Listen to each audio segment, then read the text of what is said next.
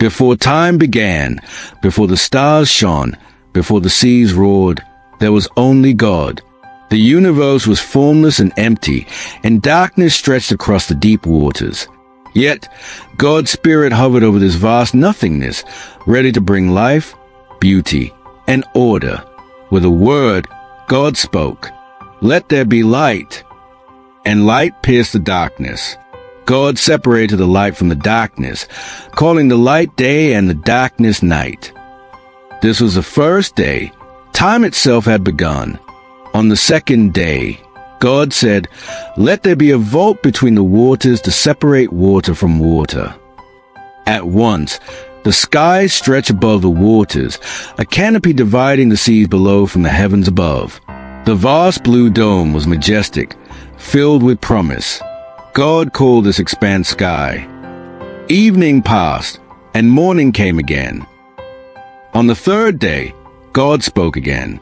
"Let the waters under the sky be gathered to one place, and let dry ground appear." The waters obeyed, rushing into their boundaries, and dry land rose from the depths. God named the dry ground land and the gathered waters seas.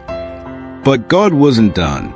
He commanded the earth to sprout vegetation, grasses, seed-bearing plants, and fruit trees of every kind. Suddenly the barren land was alive with color, fragrance, and beauty. The earth was no longer empty. It was fertile and full. On the fourth day, God adorned the heavens. He placed the sun to govern the day, the moon to govern the night, and countless stars to sparkle across the sky. These lights were not just ornaments. They marked the passing of days, seasons, and years. The sky became a cosmic calendar, a guide for life on earth. On the fifth day, God filled the oceans and skies with living creatures. The seas teemed with fish, great and small, mighty whales, darting schools of fish, and every kind of sea creature. The skies filled with birds, soaring eagles, fluttering sparrows, and brightly feathered songbirds. God blessed them, saying, "Be fruitful and increase in number, and fill the water in the seas, and let the birds multiply on the earth." On the sixth day, God turned his attention to the land.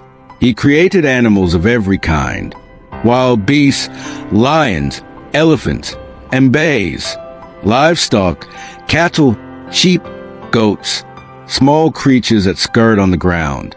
The world was now alive with movement, sound, and diversity.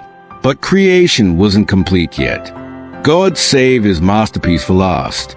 Then God said, "Let us make mankind in our image, in our likeness, so that they may rule over the fish in the sea, the birds in the sky, the livestock, and all the earth." So God formed the first man from the dust of the ground and breathed his own breath into him. The man became a living being, named Adam. Later, God created the first woman, Eve, from Adam's side, making them partners. Together, they reflected God's image, capable of love, creativity, stewardship, and relationship with him. God blessed them and said, "Be fruitful and multiply. Fill the earth and subdue it. Rule over every living thing that moves on the ground and swims in the seas." Humanity was given the honor of caring for creation as God's stewards. The Garden of Delight. God planted a beautiful garden called Eden, filled with every tree that was pleasant to the eye and good for food. In its midst grew the tree of life and the tree of the knowledge of good and evil. Rivers flowed through Eden, watering the land and making it lush. Adam and Eve were placed there to work and care for the garden, living in perfect harmony with God, each other, and creation. They had everything they needed: purpose, companionship, and God's presence. The day of rest. On the seventh day, God looked at everything he had made: the light, the sky, the seas, the land, the plants, the sun, moon, and stars, the animals, and humanity. All of it was very good. Then God rested, not because he was weary, but to set apart the Sabbath, a day of rest and holiness, a pattern for his creation to follow. Lesson from the story: God is a creator. Everything has its origin in him. order from chaos. God brings structure, purpose, and beauty out of emptiness. Human dignity. People are made in God's image, with unique value and responsibility. Stewardship. We are entrusted to care for creation, not exploit it. Rest.